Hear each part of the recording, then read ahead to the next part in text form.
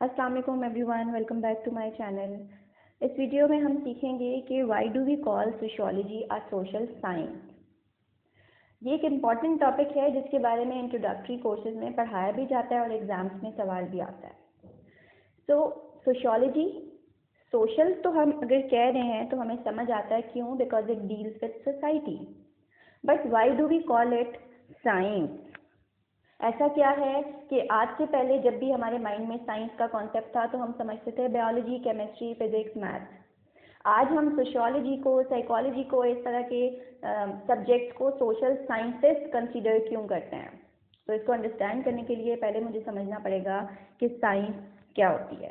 और उससे भी पहले मैं आपको बता दूं कि जो founder of sociology August Comte हैं, उनके फाउंडर होने के पीछे एक बहुत बड़ा रीज़न ये भी है कि उन्होंने सोशियोलॉजी को एज आ साइंस प्रमोट किया था, इंट्रोड्यूस किया था।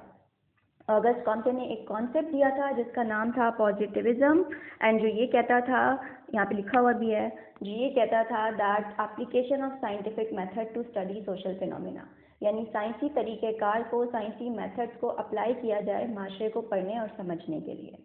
तो हम डिस्कस करते हैं सोशियोलॉजी को सोशल साइंस के तौर पे। सबसे पहले आई नीड टू अंडरस्टैंड कि साइंस का मतलब क्या होता है, ताकि मुझे अंदाज़ा हो कि क्या वाकई सोशियोलॉजी एक सोशल साइंस है या नहीं है।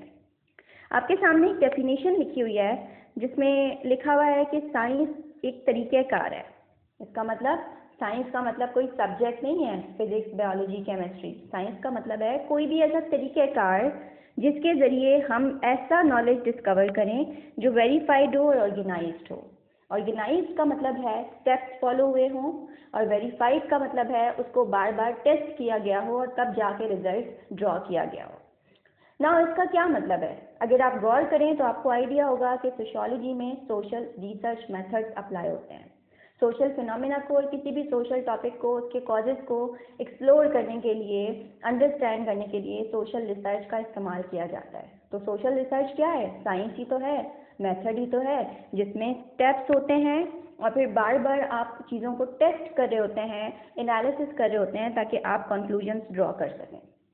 तो यहाँ पर ये बात प्रूफ होती है कि सोशियोलॉजी एक सोशल साइंस है because of social research. Sociology एक सोशल साइंस है क्योंकि ऑगस्ट कॉम्टे ने पॉजिटिविज्म का कॉन्सेप्ट दिया था, जिसका मतलब यही है कि सोशल फिनोमिना को समझना है तो लोगों को इंडिविजुअली मत पढ़ो, क्योंकि हर किसी का रवैया डिफरेंट है, हर किसी का पर्सपेक्टिव डिफरेंट है। तो फिर क्या किया जाए? फिर लोगों को एक पेज पे लाया जाए। कैसे? आप सोशल रिसर्च करें, रिसर्च मेथड अप्लाई करें, ताकि आपको एक जनरल आइडिया मिल सके और आप चीज़ों पे काम कर सकें, सोशल प्रॉब्लम्स पे काम कर सकें और सोसाइटी को अपने लिए एक बेटर प्लेस बना सकें।